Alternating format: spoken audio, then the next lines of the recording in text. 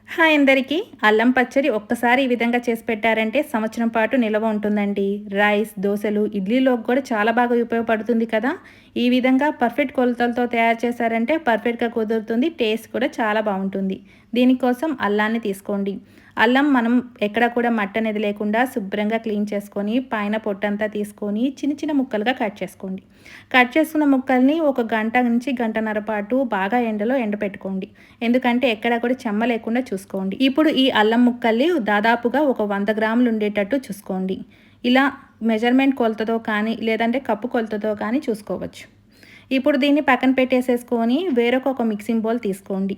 150 గ్రాముల దాకా చింతపండుని దీంట్లోకి వేసుకోండి. ఎక్కడ కూడా పిక్కలు అలాగే చెత్త లేకుండా నీట్‌గా క్లీన్ చేసుకున్న చింతపండుని దీంట్లోకి వేసుకున్నాక కప్పున్నర దాకా గోరువెచ్చని నీళ్ళు వేసుకొని చింతపండుని ఒక అరగంట పాటు నానపెట్టుకోండి.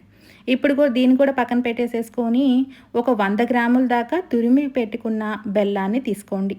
బెల్లానికి బదులు పంచదార కూడా యూజ్ చేసుకోవచ్చండి. ఇప్పుడు దీన్ని కూడా పక్కన పెట్టేసేసుకొని 20-30 దాకా చిన్నుల రెబ్బలు ఒలుచుకొని పెట్టుకోండి. ఈ పచ్చడి కోసం ట్రూ చిల్లీ వారి కారం యూజ్ చేస్తున్నానండి. దీని ప్రత్యేకత ఏంటంటే ఎండుమిరపకాయల్లో చాలా గ్రేడ్స్ ఉంటాయి. ఫస్ట్ గ్రేడ్ ఉన్న మిరపకాయలు వీళ్ళు తీసుకొచ్చి తొడిమలు తీసి 3 రోజుల పాటు ఎండపెట్టి రోకల మరతో చక్కగా వీటిని మరపట్టిస్తారు. అప్పుడు మనకి మంచి రంగు స్ట్రక్చర్తో ఉంటుంది. ఇలాంటి కారంతో మనం పచ్చడి పట్టుకుంటే సంవత్సరం పాటు నిల్వ ఉంటుంది. దాంతోపాటు రంగు కూడా మనం ఫ్రెష్గా పట్టినట్టే ఉంటుందండి.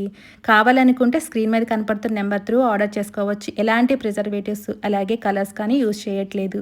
దీంతో పాటు మసాలా కారం కూడా ఉందండి. మసాలా కారం కూడా చాలా బాగుంది.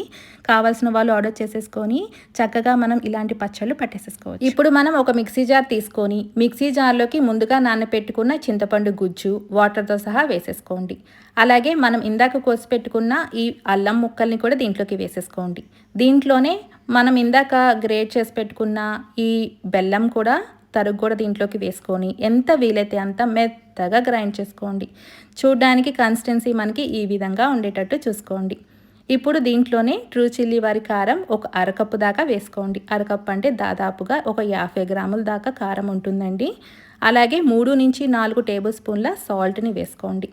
ఇప్పుడు ఇందాక మనం ఒలిచిపెట్టుకున్న చిన్నులు రెబ్బలు కూడా వేసుకొని ఎంత వీలైతే అంత మెత్తగా గ్రైండ్ చేసుకోండి. ఒకవేళ మిక్సీ కొంచెం హెవీ లోడ్ పడుతుంది అనిపిస్తే కొద్దిగా పక్కకు తీసేసుకొని ఇదే విధంగా మెత్తగా గ్రైండ్ చేసుకొని ఒక మిక్సింగ్ బౌల్ తీసుకోండి. ఒక మిక్సింగ్ బౌల్లోకి తీసుకున్నాక ఈ పచ్చడంతా కూడా చక్కగా కాసేపు పక్కన పెట్టేసేసుకొని ఎయిటెడ్ కంటైనర్లో ప్రిజర్వ్ చేసేసుకొని ఫ్రిడ్జ్లో పెట్టేసుకోండి. అప్పుడు మనకి సంవత్సరం పాటు నిల్వ ఉంటుంది. టేస్ట్ కానీ కలర్ కానీ సూపర్గా ఉంటుంది. ఎప్పుడు కావాలంటే అప్పుడు కొద్దిగా పచ్చడి తీసుకొని ఇలాంటి పోపుని పెట్టేసేసుకొని రైస్, ఇడ్లీ, దోశల్లోకి సర్వ్ చేసేసుకోవడమే అండి. చాలా బాగుంటుంది. ఎప్పుడు కావాలంటే అప్పుడు కొద్దిగా నూనెలో జీలకర్ర, ఆవాలు, ఎండుమిర్చి, కరివేపాకు, కొద్దిగా ఇంగువ, 4-5 వెల్లుల్లి రెబ్బలు వేసుకొని బాగా వేగిపోయాక ఎంత కావాలంటే అంత పచ్చడిని దీంట్లోకి వేసుకొని బాగా మిక్స్ చేసేసుకోండి. 1 నిమిషం పాటు నూనెలో వేపుకొని తర్వాత స్టవ్ ఆఫ్ చేసేసుకొని వేడి అన్నంలో సర్వ్ చేసుకున్నామంటే చాలా బాగుంటుందండి. సింపుల్గా చేసేసుకున్నాం కదా. టేస్ట్ కూడా చాలా బాగుంటుందండి. ఈ వీడియో చూసి మీరు కూడా ట్రై చేస్తున్నట్లయితే ఎలా వచ్చిందనేది ఖచ్చితంగా నాకు కామెంట్ రూపాన్ని తెలియచేయండి.